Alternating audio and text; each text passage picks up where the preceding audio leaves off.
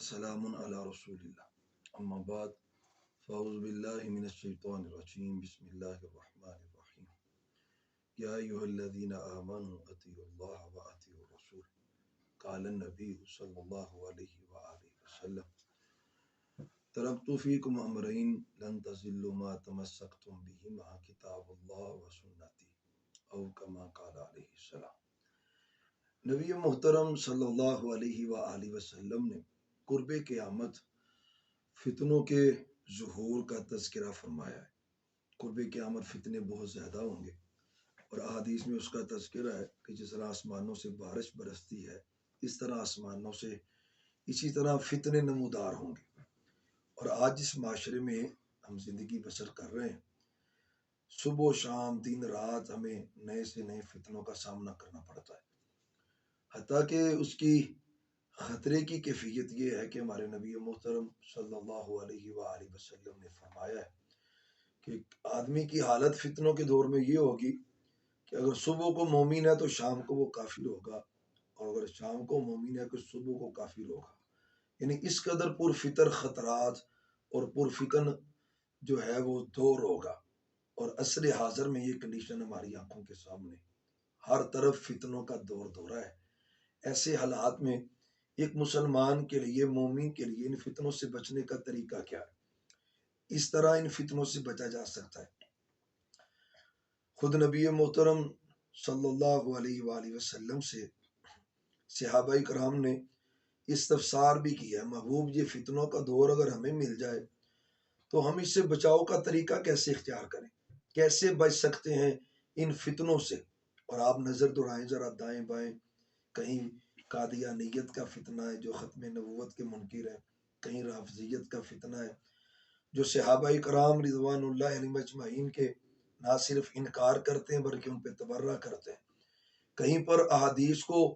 بالکل جٹلایا جا رہا ہے، اس کا انکار کیا جا رہا ہے۔ عورتوں کا فتنہ اگر بے حیائی کا آپ دیکھیں تو معاشرے میں اس قدر اس کا اضافہ ہو چکا ہے اور اس قدر وہ عام ہو چکا ہے، حتیٰ کہ اعلانیہ طور پر میڈیا پہ آ کر برملا طور پر عورتیں جو ہے وہ اس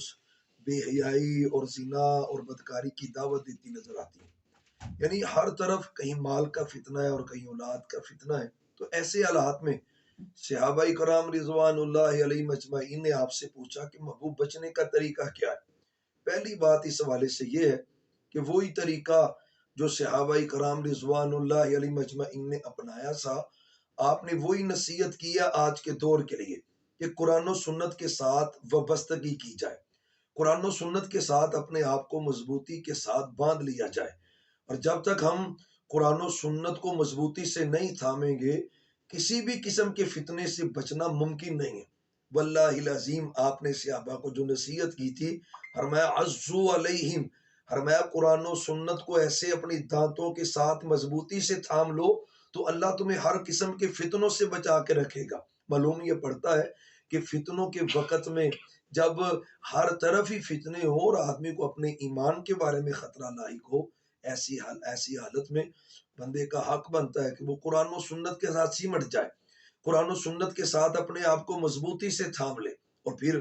آپ نے حدیث کے اندر اس کا تذکرہ بھی کیا اور گارنٹی بھی دی ہے، ترکت فیکم امرین لن تضلوا ما تمسکتم بہما کتاب اللہ و سنتی، فرمایا تمہارے اندر دو چیزیں چھوڑ کے جا رہا ہوں، لن تضلوا، تم کبھی بھی گمراہ نہیں ہو سکتے۔ اب آپ اس حدیث کے الفاظ سے اندازہ لگا سکتے ہیں کہ ایمان کو بچانے کے لیے، اپنے ایمان کی حفاظت کے لیے، اسلام کی اور اپنے دین کی حفاظت کے لیے آپ نے جو نسخہ بیان کیا ہے، فرمایا دو چیزیں تم پہ چھوڑ کے جا رہا ہوں، لن تضلوا، فرمایا کبھی بھی تم گمراہ نہیں ہو سکتے، کبھی بھی تم بھٹک نہیں سکتے، کبھی بھی صراط مستقیم سے ہٹ نہیں سکتے۔ لن تضلوا ما تمسکتم بہما، جب تک تم ان دونوں کو تھامے رکھو گے تم کبھی گمراہ نہیں ہو سکتے۔ پیارے بھائیوں، معلوم یہ پڑتا ہے کہ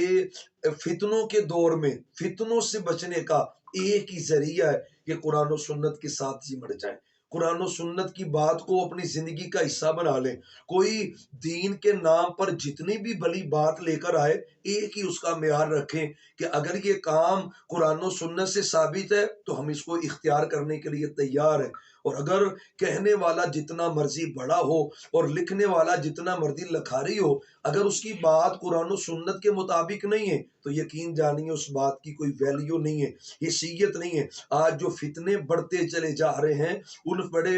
بڑھتے ہوئے فتنوں کا بڑا سبب قرآن و سنت سے دوری ہے۔ قرآن و سنت کے ساتھ مضبوطی سے ہم اپنا تعلق جوڑیں گے، اس کو تھام کے رکھیں گے، ہر قسم کے فتنوں سے بچنے کا ایک ہی ذریعہ ہے۔ چھوٹی سی مثال دے کر آپ کو میں بات سمجھانا چاہتا ہوں۔ حضرت ابوبکر صدیق رضی اللہ تعالی عنہ آپ جب خلیفہ بنے اور فتنے کس طرح نمودار ہوئے، کچھ لوگوں نے تو بالکل زکوٰۃ کا انکار کر دیا، کچھ لوگ تو مرتد ہو گئے، انہوں نے بالکل دین سے ہی روح گردانی کر لی اور دین کو چھوڑ دیا ہے، کچھ بدبخت وہ تھے جنہوں نے دعوی نبوت کیا ہے۔ یعنی اس طرح کے فتنے پھیلتے چلے جا رہے ہیں، مختلف علاقوں میں لوگ مرتد ہو رہے ہیں، دین چھوڑ رہے ہیں۔ تو اس قدر فتنوں کے دور میں جب اچانک آپ کی وفات کے بعد یہ فتنے نمودار ہوئے تو حضرت ابوبکر صدیق رضی اللہ تعالی عنہ نے فتنوں کے اس دور میں اور اس حالت میں کیسے ان فتنوں پہ قابو پایا ہے۔ وہ جو ایک لشکر آپ نے روانہ کیا تھا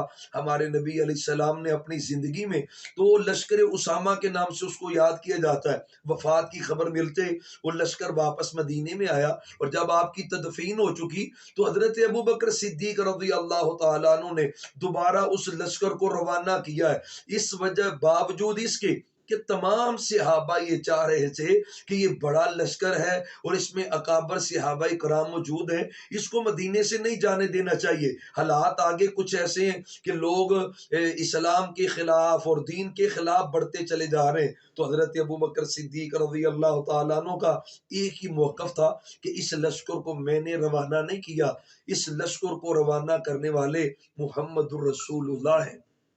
صلی اللہ علیہ وآلہ وسلم۔ تو اس کو میں اس لیے بھیج رہا ہوں کہ ہمارے نبی صلی اللہ علیہ وسلم نے اس کو روانہ کرنے کا حکم اور آرڈر کیا تھا، میں تو آپ کی سنت پہ عمل کر رہا ہوں۔ اور پھر میں سمجھتا ہوں لوگوں نے کہا، اور آپ کے یہ جملے کہ اگر درندے بھی مدینے پہ حملہ کر دیں اور میرے جسم کو نوچ کھائیں مجھے یہ سب برداشت ہے، لیکن میں سنت رسول کی مخالفت نہیں کر سکتا۔ یقین جانیے اس سنت کے ساتھ مضبوطی کا تعلق یہ تھا اور اس کی برکت یہ تھی کہ 11 کے قریب لشکر روانہ کیے گئے، اللہ نے سب کو فتح سے ہمکنار کیا، فتنوں کا خاتمہ ہوا اور اسلام کی سربلندی ہوئی۔ اس کا بڑا سبب کیا ہے؟ سنت کے ساتھ تعلق جوڑنا۔ آج بھی عصر حاضر میں ہمیں اسی کی ضرورت ہے، گھریلو زندگی ہو، انفرادی زندگی ہو، اجتماعی زندگی ہو، کسی بھی فورم پہ ہو، آپ سیاست میں ہو، آپ کاروبار میں ہو، آپ کسی جگہ پہ ملازمت کر رہے ہو، سنت کو فالو کریں